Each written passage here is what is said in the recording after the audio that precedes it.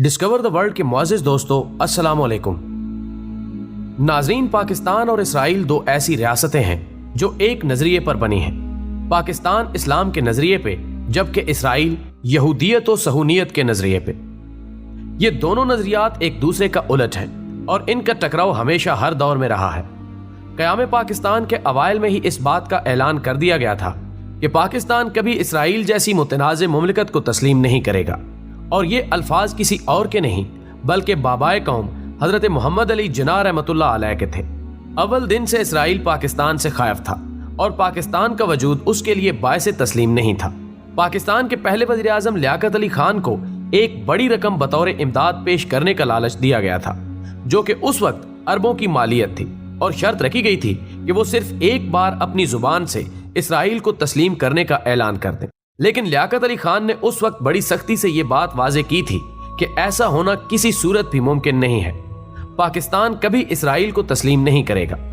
अब यहाँ सवाल ये उठता है कि आखिर इसराइल को ऐसी भी क्या आफत आन पड़ी थी कि सारी दुनिया को छोड़कर इसराइल पाकिस्तान से ही खुद को क्यों तस्लीम करवाना चाहता था। ये बहुत ही आम सवालात हैं। ख़वातीनो हज़रात, पाकिस्तान बनने के चंद साल बाद इसराइल के वज़ीर आज़म ने इसराइली कौम को मुखातिब करके कहा था कि तुम्हें अरबों से कोई खतरा नहीं, तुम्हें खतरा सिर्फ पाकिस्तान से है। पाकिस्तान के वजूद को मिटाना होगा। यहाँ सोचने की बात यह है कि आखिर उस वक्त एक गरीब और परेशानियों और मसाइल से घिरे लुटे पटे एक मुल्क से किसी को क्या खतरा हो सकता था। उस वक्त पाकिस्तान के पास कोई इतने जदीद हथियार भी नहीं थे, ना ही एटम बम का तस्वुर था। अरब ममालिक तो उस वक्त भी तेल और कुदरती वसाइल से माला माल थे, इसराइल को टक्कर देने की पोजीशन में भी थे। लेकिन इसराइल की कमाल चालाकी से उनकी हुक्मरानी में अयाशी और फहाशी का ऐसा जहर सिरायत कराया कि वो इसराइल के खिलाफ बोलना भी बकवास समझने लगे। उन्हें यहूदी और बैरूनी कंपनियों और सरमायाकारी के जरिए दौलत की रेल पेल में लगा दिया गया कि जहां अब उन्हें इन चीजों से दूरी मौत से कम नहीं लगती। पाकिस्तान को हर तरह से लालच देने के बाद 1965 में इंडो पाक खून रेज जंग छेड़ी गई, जहां इसराइल ने इंडिया की हर तरह से मदद की। लेकिन अल्हम्दुलिल्लाह मुजाहिदीन वतन ने दुश्मनों को मार भगाया। इसराइल ने हर फोरम पे खामोशी से ही सही, लेकिन पाकिस्तान की मुखालफत की। हमारे मुल्क के गद्दार सियासतदान तो शायद दहाइयां पहले ही इसराइली माल के लिए अपना मुल्क को धर्म बेच देते, लेकिन इस कौम की तरफ से आने वाले रद्द अमल और पाक फौज की तरफ से सख्त मुखालफत का डर हमेशा उन्हें इस कदम से रोकता रहा। हमारे सियासतदानों ने मुल्क को इसराइली और उसके दजाली इदारों का मोहताज करने में कोई कसर बाकी न रखी। ये इसराइल का हाथ ही था कि 1971 में आप दो लख्त हो गए।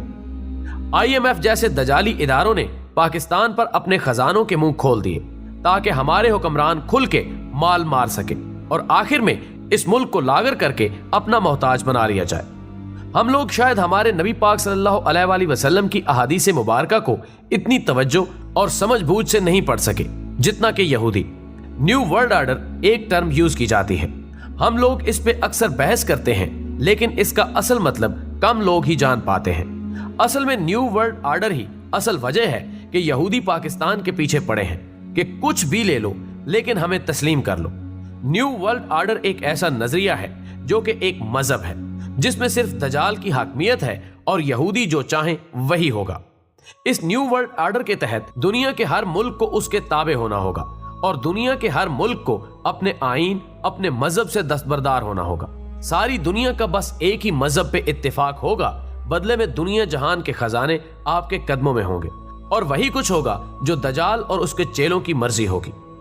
अब सवाल यह है कि पाकिस्तान के लिए इसराइल को तस्लीम करना क्यों नामुमकिन है। तो दोस्तों, इसराइल की रियासत वो रियासत है जिससे हमारे नबी आखिरुज़्ज़मां हजरत मोहम्मद सल्लल्लाहु अलैहि वसल्लम की अहादीस मुबारका की रोशनी में मुसलमानों की आखिरी जंग होगी। इस जंग के लिए वो मुजाहिदीन, वो फौजें जाएंगी जो मशरिक से हिंदुस्तान को फतह कर चुकी होंगी। यहाँ से ये फौजें हजरत ईसा अलैहिस्सलाम की मदद के लिए रवाना होंगी। हदीस पाक का मफहूम कुछ इस तरह से है कि उनके पास बेहतरीन हथियार होंगे और उनके शहसवारों की भी तारीफ फरमाई गई है। मशरिक में बेहतरीन हथियारों और बेहतरीन अफवाज वाला मुसलमान मुल्क कौन सा है बताने की जरूरत नहीं है। शाह सवार से मेरे नाकिस इल्म के मुताबिक शायद नबी दो जहां हजरत मोहम्मद सल्लल्लाहु अलैहि वसल्लम का इशारा पायलट्स और जहाजों की तरफ और या फिर मुसलमानों के जेर इस्तेमाल टैंकों, मिसाइलों या गाड़ियों के मुतल्लिक हो सकता है। वल्लाह इल्म। آپ ने फरमाया कि मुझे मशरिक से ठंडी हवाएं आती हैं। दोस्तों, मशरिक में कौन सा मुल्क इस्लाम के नाम और अल्लाह के नबी हजरत मोहम्मद सल्लल्लाहु अलैहि वसल्लम की दुआ से वजूद में आया, या किन किन हस्तियों ने इस मुल्क के कयाम में किरदार अदा किया, ये भी बताने की जरूरत नहीं है। अगर मान के चलें कि पाकिस्तान इसराइल को बतौर रियासत तस्लीम कर लेता है, तो फिर आखिर झगड़ा किस बात का है? क्या हमारे मुक्तदर हलकों में बैठे लोग नहीं जानते कि हर साजिश के पीछे कौन है? फिर हमें इतनी जंगें करने और 17 साल अमेरिका को अफगानिस्तान में बर्दाश्त करने की क्या जरूरत थी? हमें एटम बम बनाने की क्या जरूरत थी? फिर क्या जरूरत थी हमें मुकद्दस मकामात की हिफाजत की कसम लेने की? क्या जरूरत थी इतनी फौज की? ये सारी दुनिया तितर बितर हो जाएगी। अगर आज इसराइल को तस्लीम करने का ऐलान कर दो, अगले 5 मिनट में पाकिस्तान के खिलाफ होने वाली किसी साजिश का नामो निशान नहीं होगा। दुनिया की हर नेमत पाकिस्तानियों के कदमों में होगी, क्योंकि इस्लाम से आप दस्तबरदार हो चुके होंगे और दजाल का रास्ता साफ हो जाएगा। दुनिया में मौजूद आपके मुखालिफिन आप पे शीरो शकर होंगे। अगर पाकिस्तान इसराइल को तस्लीम करता है तो यहूदी न्यू वर्ल्ड आर्डर में कामयाब हो जाएंगे। सिर्फ पाकिस्तान ही वो वाहिद इस्लामिक मुल्क है जो इनकी कारस्तानियों को तस्लीम नहीं करता। अगर वो भी इन्हें तस्लीम कर ले तो पीछे बचा ही क्या। एक आखिरी बात, 2020 तक इसराइल को हर हालत में न्यू वर्ल्ड आर्डर को लागू करना है। इस दौरान आपको सबसे ज्यादा आपकी फौज के खिलाफ किया जाएगा, क्योंकि न्यू वर्ल्ड आर्डर और दजाल के रास्ते में यही सबसे बड़ी रुकावट है। यही वो मुल्क यानी पाकिस्तान है जो अक़वाम मुत्तहिदा में इसराइल की मुखालफत में करारदाद पेश करता है और इसराइल को आंख दिखाता है। इसलिए दोस्तों, चंद एक गदारों के सबब मुल्क से मायूस मत होना। ये फौज, हुकूमत और अवाम में इख्तिलाफ पैदा करने के मुंतशिर है। अब आगे आप पे मुनासिर है आपका कितना ज़र्फ है। अल्लाह पाक पाकिस्तान की हिफाजत फरमाए और इसे दुश्मन की गंदी नजरों से महफूज रखे, आमीन। वीडियो पसंद आने की सूरत में इसे ज्यादा से ज्यादा लाइक करके हमारी हौसला अफजाई करें और दुश्मन के इरादों को बेनकाब करने के लिए इस वीडियो को ज्यादा से ज्यादा फेसबुक और व्हाट्सएप पर शेयर करने में हमारा साथ दें। हमारी अगली वीडियो आने तक अपना, दोस्तों और गिरदो नवा के तमाम लोगों का बहुत सारा ख्याल रखें। अल्लाह हाफिज।